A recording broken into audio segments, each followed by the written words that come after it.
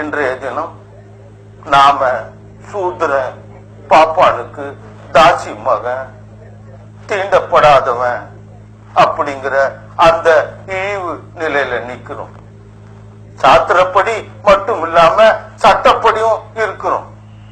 இத நாம வெகு நாளா சொல்லிக்கிட்டு வர்றோம்னாலும் நாளுக்கு நாள் இன்னைக்கு கொஞ்சம் உணர்ச்சி நமக்கு அதிகம். இப்போ ரொம்ப தீவிரமான உணர்ச்சியில இருக்கிறோம். ஏன் இன்னைக்கு இந்த தீவிர உணர்ச்சி எங்கிருந்து வந்தது அப்படின்னு நீங்க கேட்கலாம். போன வருஷத்துல 72ல தீண்டாம தான் ஒழிஞ்சு போச்சுங்கிறாங்களே. இந்த கோயிலுக்கு போனா மாத்திரம் ஏன் வெளியில நில்லுங்கிறான். சாமிய தொட்டா தீட்டாகும்னு சொல்றான். அப்போ தீண்டாம எங்க போச்சு? ஏமாத்துறான். ஆகையினால தீண்டாம இல்லைன்னு சட்டத்திலையும் சொல்லிட்டான், தத்துவத்திலையும் சொல்லிட்டான். காரியத்துல மட்டும் சில இடங்கள்ல வச்சுக்கிட்டு அதுக்கும் இதுக்கும் சம்பந்தம் இல்லைங்கிறான். அநியாயமால இருக்குது அப்படின்னு அந்த கோயிலையும் தீண்டாம இருக்க கூடாதுன்னு ஆரம்பிச்சு ஆளுங்களை சேர்த்தேன். கர்ப்ப கிரகத்துக்குள்ள போக போறோம். அந்த கோயில்ல சாமி இருக்கிற வீட்டுக்குள்ள போவோம். கஷ்டம் ஏதாவது வந்தா வரும். யார் யார் வர்றீங்கன்னு நிறைய ஒரு 1000-2000 பேரு கூட்டாங்க. ஒரு நாள் ஏற்பாடு பண்ணணும். போறோம்னு ஆரம்பிச்சோம். என்ன சொல்லியும் நம்ம கலைஞர் முதல்வர் டாக்டர் அவர் சொன்னாரு, சொல்லி அனுப்பிச்சாரு. எதுக்கு இந்த வேலைக்கு இவர் போறாரு? இது ஒரு பெரிய கலவரம் மட்டும் ஆகி போகுமே. நானே சட்டம் பண்ணி போடுறேன், தாராளமா போயிடலாம் 2ஆம் பேருக்கு தெரியாம. இல்லைன்னா இப்படி போகணும் அப்படின்னு. சரி, அவர் சொன்ன உண்மையை ஒத்துக்கிட்டேன். 15 நாள் ஒத்தி போட்டேன்.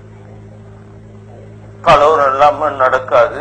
இப்போ ஒரு கோயிலுக்கு போனாச்சுன்னா அப்புறம் இன்னொரு கோயிலுக்குன்னு வரும்.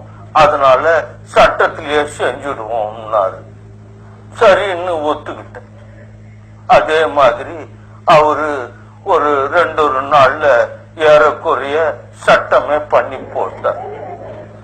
நம்முடைய கோயில்கள்ல, இந்துக்களுடைய கோயில்கள்ல இந்துங்கிற தலைப்புல வந்த எவனும் பூஜை பண்ணலாம், பாப்பான் தான் பண்ணணும்னு இல்ல அப்படின்னு சட்டம் பண்ணி போட்டார்.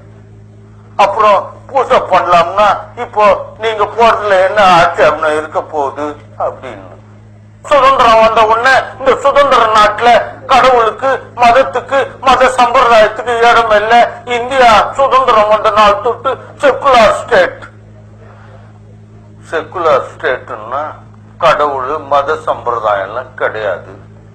அதன்படிதான் நடக்கணும். இன்னைக்கும் காந்தி சொன்ன சட்டம் எல்லாம் இருந்தது.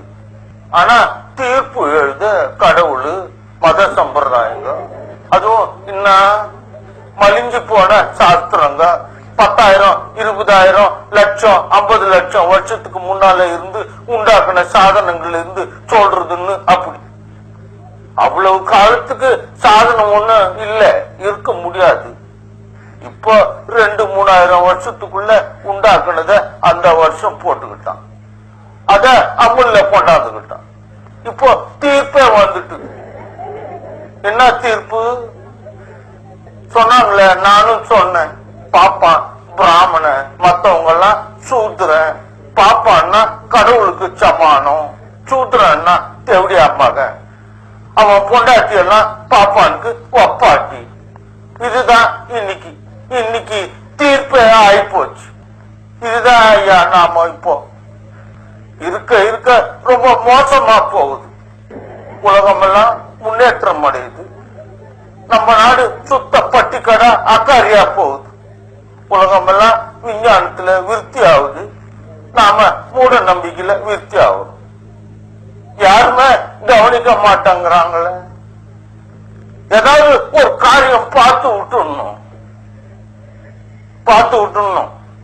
என்ன பார்க்கணும்?